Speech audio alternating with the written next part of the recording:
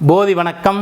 நான் உங்கள் ஈரோடு உதயகுமார். தொடர்ந்து பல பதிவுகள் ஜோதிடம் சார்ந்த விழிப்புணர்வு சார்ந்த பல காணொளிகள் நம்முடைய நேயர்களுக்காக தொடர்ந்து பதிவு செய்துக்கிட்டே வரோம். இன்றைக்கு ஒரு காணொளியாக ரொம்ப அதிகமான மக்கள் எதிர்பார்க்கக்கூடிய விஷயமும் கூட, எல்லோருக்கும் தெரிஞ்சுக்கணும்னு விருப்பப்படுறது தான் சனி பெயர்ச்சியை பற்றி ஒரு சின்ன குறிப்பு பேசுவோமே. சனி பகவான் இந்த மார்ச் மாதம் 2025 பெயர்ச்சி ஆகின்றார். மார்ச் மாதம் 2025 பெயர்ச்சி ஆகின்றார். இந்த பெயர்ச்சியினுடைய குறிப்பு ஒவ்வொரு ராசியினருக்கும் தனித்தனியாக ஒரு குறிப்பு பேசிக்கிட்டே வரலாம். இன்றைக்கி பொதுவாக இந்த சனி பெயர்ச்சி எந்த இடத்துல இருந்து எந்த இடத்துக்கு மாறுது, எது போன்ற பலன்கள்லாம் இருக்குங்கிறத காண்போமே. சிறு சிறு குறிப்புகளாகவும் கொஞ்சம் தெளிவான குறிப்பாகவும் பார்ப்போம். சரி, இதுவரைக்கும் கும்பராசியில் இருந்த சனி பகவான், அவருடைய சொந்த வீடு கும்பராசி, கும்பராசியில் இருந்த சனி பகவான் மீன ராசிக்கு பெயர்ச்சியாகி வருகின்றார். மீனத்தில் போய் அமர போகிறார். இது நிறைய குறிப்புகள் இருக்குது. ஒவ்வொருவருக்கும் ஒரு பதிவுகள் சொல்லலாம். மேசத்திலிருந்து மீனம் வரைக்கும் ஒவ்வொரு ராசியினருக்கும் தனித்தனியாக ஒரு குறிப்பு பேசலாம். இன்றைக்கி நம்ம பொதுவாக என்ன இருக்குது, இந்த சனி பெயர்ச்சி, சனி பகவான் பெயர்ச்சியாகி மீனத்துக்கு போகும்போது என்ன செய்கிறார் அப்படிங்கிறத ஒரு பொது குறிப்பாக பேசுவோம். பிறகு ஒவ்வொரு காணொலியாக ஒவ்வொரு ராசியினருக்காக பார்த்துக்கிட்டே வருவோமே. சரி, இந்த மீனத்துக்கு சனி பகவான் பெயர்ச்சியாகி போகிறார். மீனம் யாருடைய ராசி? குரு பகவானுடைய ராசி இல்லையா, மீனம். அந்த இடத்துல சனின்ற கிரகம் போய் அமரப்போகுது. இப்போ என்னென்னலாம் நிகழும் அப்படிங்கிறத கொஞ்சம் கவனமாக பார்க்கணும். ஏன்னா சனி பகவான் ஒரு பாவ கிரகம்.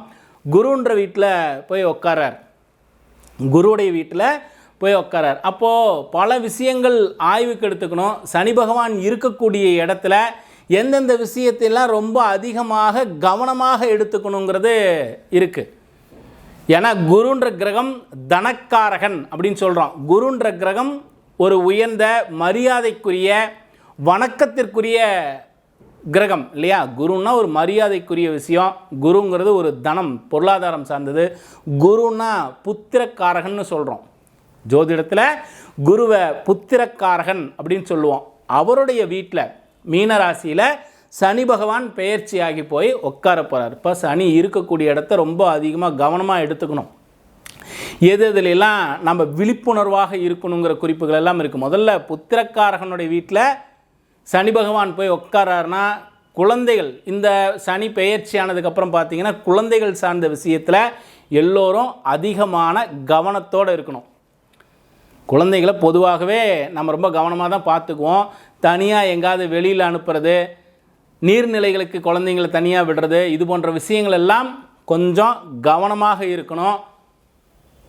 குழந்தைகள் விஷயத்தில் அதிக அக்கறையோடு இருக்க வேண்டியது அவசியம். இந்த சனி பெயர்ச்சிக்கு பிறகு நான் சொல்கிறது குழந்தைகளுக்காக சொல்கிறேன். பொருளாதாரம் அப்படின்னு சொல்லக்கூடியது தனக்காரகன் சொல்லக்கூடிய குருவினுடைய வீட்டில் சனி பகவான் அமர்கின்ற பொழுது பொருளாதாரத்திலும் அதிகமான கவனம் தேவை.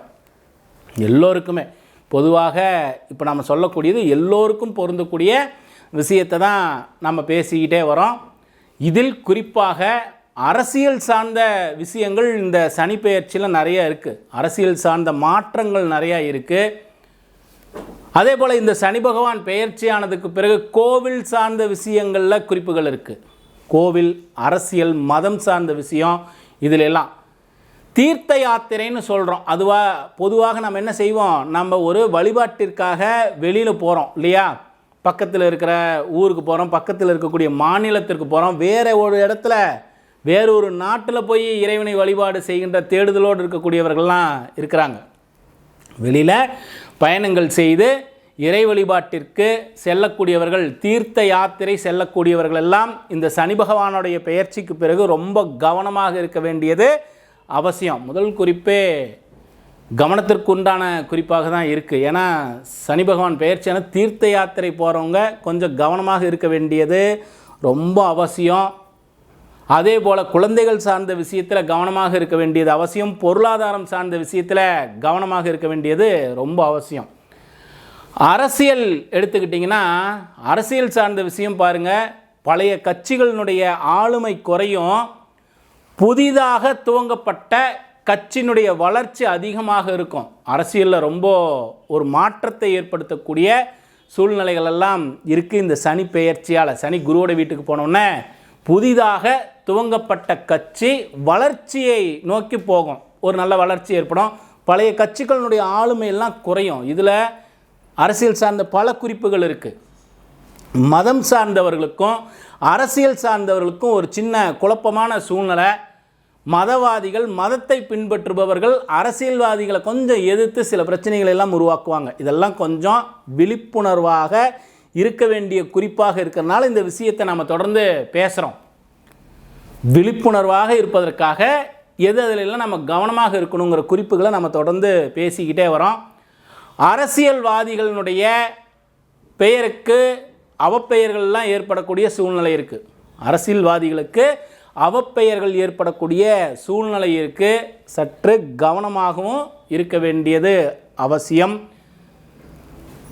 கோவில்களினுடைய சீரமைப்பு பார்த்திங்கன்னா ரொம்ப நாளாக கோவிலை பராமரிக்காமல் விட்டுட்டாங்க. அந்த மாதிரி கோவில்கள்லாம் இந்த காலகட்டத்தில் கொஞ்சம் அதிகமாகும்.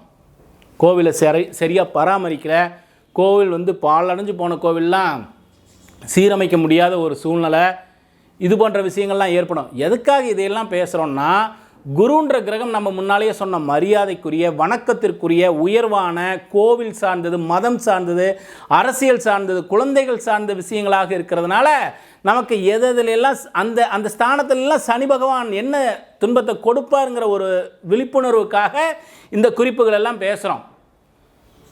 ரொம்ப பிரபலமானவர்கள், மிக பிரபலமானவர்கள் மரணங்கள் கூட நடக்கிறதுக்கும் இந்த காலகட்டங்களில் வாய்ப்புகள் உண்டு. ரொம்ப பிரபலமானவங்க. அதே போல் நிறைய சாதனை செய்தவர்களுக்கெல்லாம் கூட சின்ன சின்ன வாய்ப்புகள் இருக்குது. இந்த சனி பெயர்ச்சியில் சற்று கவனமாக இருக்க வேண்டியது அவசியம். மதம் சார்ந்த விஷயத்தில் கவனமாக இருக்கணும். கோவில்கள் சார்ந்த விஷயத்திலெல்லாம் கவனமாக இருக்க வேண்டும். பல குறிப்புகள் இருக்குது.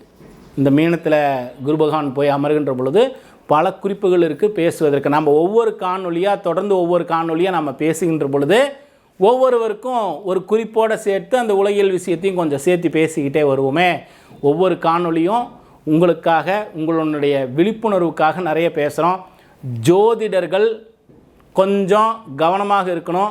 ஒரு உயர்ந்த ஜோதிடர்களுடைய இழப்பு ஏற்படுறதுக்கு கூட வாய்ப்புகள் இருக்குது. கவனமாக இருக்கணும். சாதனை படைத்தவர்களுடைய இழப்பு ஏற்படும். கவனமாக இருக்கணும். சின்ன சின்ன குறிப்புகள் இருக்குது.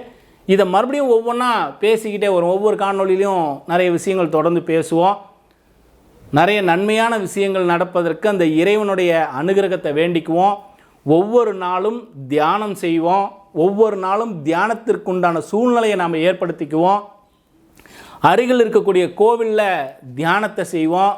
எல்லோருக்கும் ஒரு நல்ல சூழ்நிலை உருவாகணுங்கிற எண்ணத்தோட தொடர்ந்து இன்னும் பல காணொளிகள் பேசுவோம். யார் யார் எது எதிலெல்லாம் விழிப்புணர்வாக இருக்கணுங்கிறத ஒவ்வொரு காணொலியாக பேசிகிட்டே வருவோம். இந்த சனிப்பெயர்ச்சி மீனத்தில் இருக்கக்கூடிய 2.5 வருட காலங்கள், அதாவது இந்த மார்ச் மாதம் 2025 சனி பெயர்ச்சி ஆகின்றார்.